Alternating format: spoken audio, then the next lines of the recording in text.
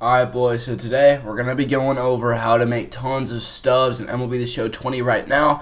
Now there are a ton of different methods that I've already went over in past streams and stuff like that, but we're going to be going over a lot of the brand new finest things and how to make stubs through that, as well as certain things that you guys probably have looked over honestly by now. So basically I'm not going to waste too much time, but before we get into this video, if you guys hit that like button, hit that sub button, I'd really appreciate it. And let's get right into the freaking video. Alright, so my very first tip on how to make stubs today is actually going to be do your events. Now, I know that the new Kirby Yates event is probably going to be done very soon, but tomorrow is the 10th, today is the 9th. Tomorrow is a genuine leather event, so it's going to be an event. It's going to have finest and players and 90+ fielding. Now, the thing about this is that there's probably going to be brand new rewards, and if there are brand new rewards, then that's going to be a lot more stubs for some of the guys that you can get. And if it's the same rewards, you can still go over out of this Kirby Yates. And the thing about this is the Kirby Yates, honestly, it looks pretty disgusting. I don't think he's necessarily a card that a lot of people will end up using. But the thing about this card is he is worth 125,000 stubs. So you guys are going to want to get your hands on these just free, easy stubs. Now, one thing that I always like to tell everybody is these are free stubs. These are cards that you get by just genuinely playing the game. I know that that's kind of hard, but the thing about this is event wins, they're not that hard to get. 30 wins, they're 3-inning games. If you end up spacing it out for like a couple wins a day, it can end up being a lot more bearable. And the thing that I used to do, especially in the Rich Gossage event, is I would just do 3 or 4 wins a day. So I would just play until I get about 3 or 4. You're not absolutely burning yourself out. They are 3-inning games, so they don't take that long. And the thing about that too is you're getting bundles on top of it. You're getting stubs, you're getting XP, you're getting headliners and all sorts of stuff like that. Even ducks on the pond packs, which could pop and end up being about 40k for you if you get like a Chapman. But the thing about that is that that's just free, easy stubs. My next tip is going to be flipping cards. So we're actually going to be going over some of the cards that are easy to flip right now. Now, the biggest one that I like to do, honestly, by myself is the 2020 postseason. The thing about the 2020 postseason cards is that they just move so fast. I mean, you're looking at gaps like this, 14.5 and 8,000. So if you pick one up for 8,600 and then you sell it for 14.4, you're making a huge profit right now.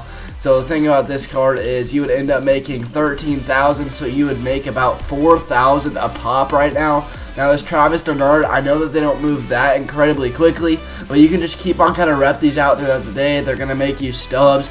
And honestly guys, you guys don't really have an excuse for flipping cards. Flipping cards right now is absolutely amazing. Whenever you're looking at some of these dudes, they're absolutely crazy. Even some of the guys that are the finest cards are very flippable.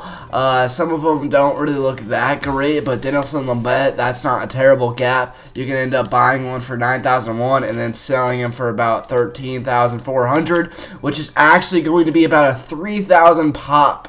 So that's pretty amazing right there. I mean, a lot of these cards are very fast moving, especially these finest cards. Now, I don't recommend just sitting here and doing that all day because it'll honestly make your mind go crazy. You'll just get sick and bored.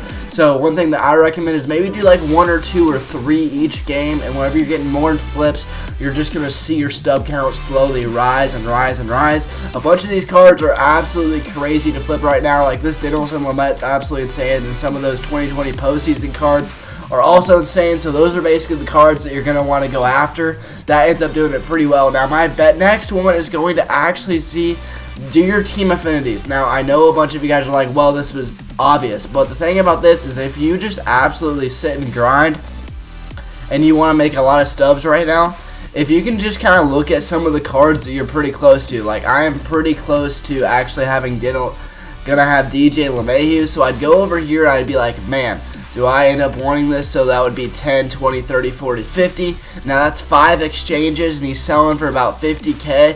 So I could probably end up making about a 15k profit on that. I just don't personally want DJ LeMahieu, but if you're close on some of these cards and you can get rid of some of these cards, it's going to help you out a ton.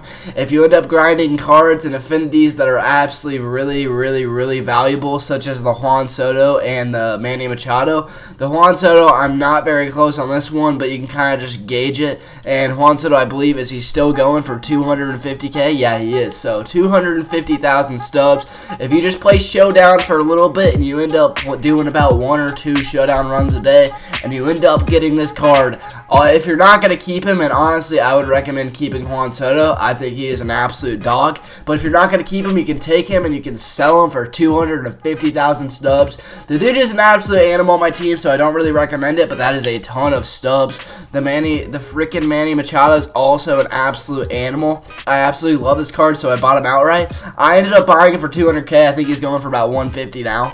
Oh, he's actually going for about 230K now. So this card is definitely one that you guys could grind and end up getting out. Especially if you already had the 88 Tatis and you got some of these cards. Like, I'm decently close. I'm about 10, 20, 30, 40, 50, 60, 70, 80, 90. Okay, maybe not, but I'm about 150 away. So if I just did some of these exchanges, I would probably end up making it back. So that's just one of the things I'm saying about. So just kind of go through your inventory, your team affinities. Honestly, you'll realize that you are closer, a lot more close to some of these cards than you would originally thought. So just kind of double check your inventory, see if you're actually a lot closer, and that's one way to absolutely make stubs. My last one is going to actually be going through some of these moments. Now I know a lot of you guys, if you guys have not done the postseason moments, please do the postseason moments. They get you so much stuff and so many stubs. I really recommend it. They take you about an hour each, and they're not really that bad. I don't think they're terrible. The World Series moments I haven't really done yet, but these don't get you any packs, at least that I believe in. It does give you some of the World Series ones in general, but I didn't go after that. Another thing that you can do is go down to some of these tops now. If you guys really just need about 15, 30, 45K, now you can just grind these 3 players from this set. Is probably going to end up getting you about 35,000, and I don't really see these taking you that long, so you're getting about 35,000 a pop. And the thing about these things is they only take you about an hour and a half, so that's about an hour to an hour and a half is going to end up making you about 30,000 stubs right there. I mean, you go and look at some of these tops now cards, and they're honestly worth a lot more than you would think.